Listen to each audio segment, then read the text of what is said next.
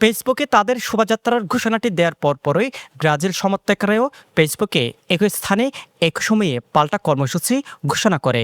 আমরা পরবর্তীতে জানতে পারছি এখানে নাকি আর্জেন্টিনাও জমায়েত দিছে, কিন্তু এখন পর্যন্ত আমরা ডিটারমাইন্ড আমরা প্রোগ্রাম করতেছি। মজা হিসেবে নিছে আর কি, আমাদেরকে খেপানোর জন্য বলেন বা দুষ্টামি করার জন্য এগুলো করতেছে। বিশ্বকাপ ফুটবল মানেই অন্যরকম এক উন্মাদনা। বিশেষ করে বাংলাদেশের মানুষ ভিন্ন মাত্রার মাতামাতিতে মেতে ওঠেন এই সময়ে, কিন্তু সেই মাতামাতি এখন বাড়াবাড়ি পর্যায়ে চলে গেছে কক্সবাজারে। আগামীকাল বিকেল ৩টায় শহরের গুলচত্বর মাঠে রক্তক্ষয়ী সংঘর্ষ হতে পারে বলে আশঙ্কা করছে সাধারণ মানুষ। ঘটনার শুরু সামাজিক যোগাযোগ মাধ্যম ফেসবুকে। গত রোববার প্রস্তুতি সভা শেষে ফেসবুক শোভাযাত্রার সময়সূচি ঘোষণা করে আর্জেন্টাইন সমর্থকরা। সেখানে তারা শোভাযাত্রার আগে সমাবেত হওয়ার জন্য স্থান নির্ধারণ করে গোলচত্বর মাঠ।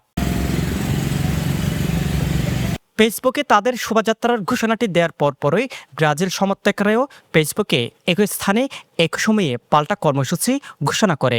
বিষয়টি ফেসবুকে প্রচার হওয়ার পর সবাই মজা চলে গ্রহণ করেন, কিন্তু এটি যে এত সিরিয়াস পর্যায়ে চলে যাবে সেটি কেউ কল্পনা করেনি। মঙ্গলবার বিকেলে যারা কনভেনশন হলে আর্জেন্টাইন সমর্থকরা বুধবারের কর্মসূচি নিয়ে প্রেস ব্রিফিং করার পরপরই গোলচত্বর মাঠ পরিদর্শনে যান ব্রাজিল সমর্থকরা। মাঠ পরিদর্শনের পর গণমাধ্যমের সাথে কথা বলেন ব্রাজিল সমর্থকরা। তারা জানান, আর্জেন্টাইন সমর্থকরা কে কোথায় কখন প্রোগ্রাম করবে সেটা তাদের দেখার বিষয় নেই। তারাও আগে থেকে ঘোষণা দিয়ে রেখেছিলেন বুধবারের কর্মসূচির বিষয়ে। তারা দাবি করেন, সংঘাত বা বিশৃঙ্খলা হলেও ব্রাজিল সমর্থকরা পিছু হটবে না। আমরা ৬ তারিখ একটা প্রোগ্রাম করছি, এটা ছিল কক্সবাজার, মানে আমরা যারা ফুটবল ফ্যান আছি ব্রাজিলের তাদের সমন্বয়ে। তবে আমরা আবার সিদ্ধান্ত নিলাম সকলের অনুরোধে, অন্যান্য অনেক এলাকা আছে, অনেক উপজেলা আছে যারা ওই দিন নানান কারণে এবং তীব্র যে রোদ গরম ওইটার কারণে অংশগ্রহণ করতে পারেনি। তো তাদের একটা অনুরোধ ছিল যে আপনারা আরেকটা প্রোগ্রামের আয়োজন করেন, আমরা সবাই মিলে একটা অংশগ্রহণ করি ভালোভাবে কক্সবাজারে। আমরা পরবর্তীতে জানতে পারছি এখানে নাকি আর্জেন্টিনাও জমায়েত দিছে। আমরা এখান থেকে আগামীকাল আমরা আমাদের শোভাযাত্রা আমরা করতেছি। বিশৃঙ্খলা হওয়াটা স্বাভাবিক, কারণ ফুটবল উন্মাদনা। তবে আমরা একটা সিদ্ধান্ত নিয়েছি, আমরা আগামী ১.৫ মাস যতদিন ফুটবল চলে আমাদের কোনো সম্পর্ক নাই, আমাদের সম্পর্ক একটাই, আমরা ব্রাজিল ও আর্জেন্টিনা। কিন্তু এখন পর্যন্ত আমরা ডিটারমাইন্ড আমরা প্রোগ্রাম করতেছি।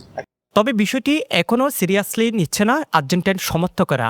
তারা বলছেন, আর্জেন্টাইন সমর্থকদের প্রোগ্রাম বানচাল করতে অপপ্রচার ও অপতৎপরতা শুরু করেছে ব্রাজিল সমর্থকরা। ব্রাজিলের যেগুলো ফেসবুকে সীমাবদ্ধ এবং তারা মাঠ পরিদর্শন করেছে, তা আমরা নিউজ কিছুক্ষণ আগে দেখলাম, বা তারা যা কিছু বলছে এবং করছে সব কিছু আমি মনে করি শেষ পর্যন্ত হয়তো এগুলো তারা হয়তো এগুলো করে সব কিছু করবে না। কারণ কক্সবাজার একটি সুন্দর একটা শান্তির শহর, তারাও প্রোগ্রাম যখন করেছে আমরা তাদেরকে সহযোগিতা করেছি। এখন আমরা আর্জেন্টিনার সমর্থকরা আগামীকাল আমরা আনন্দ শোভাযাত্রা করব, তাদের উচিত আমাদেরকে সহযোগিতা করা, আর সহযোগিতা করতে না পারলে চুপচাপ বসে থাকা। তারা হয়তো তারা একটা মজা হিসেবে নিছে আর কি, আমাদেরকে খেপানোর জন্য বলেন বা দুষ্টামি করার জন্য এগুলো করতেছে। বুগাস জাস্ট আমাদেরকে একটু বিশৃঙ্খলার জন্য মজা নিচ্ছে, মূলত তারা আসবে না এটা বিশ্বাস রাখি।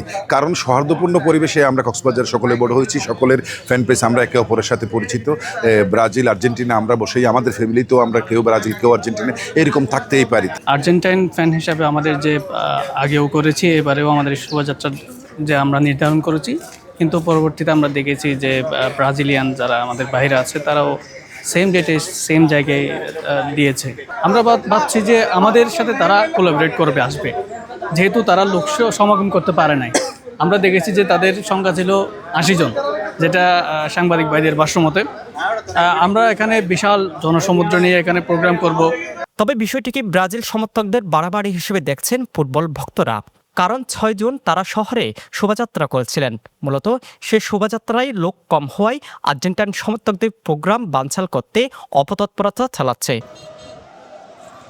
প্রধানমন্ত্রীর সফরের আগ মুহূর্তে যাতে মজা করতে গিয়ে সংঘাত বেঁধে না যায়, সেজন্য আইনশৃঙ্খলা বাহিনীর হস্তক্ষেপ কামনা করছেন সাধারণ মানুষ। সাজম্বরা সাজো, পেনো নিউজ।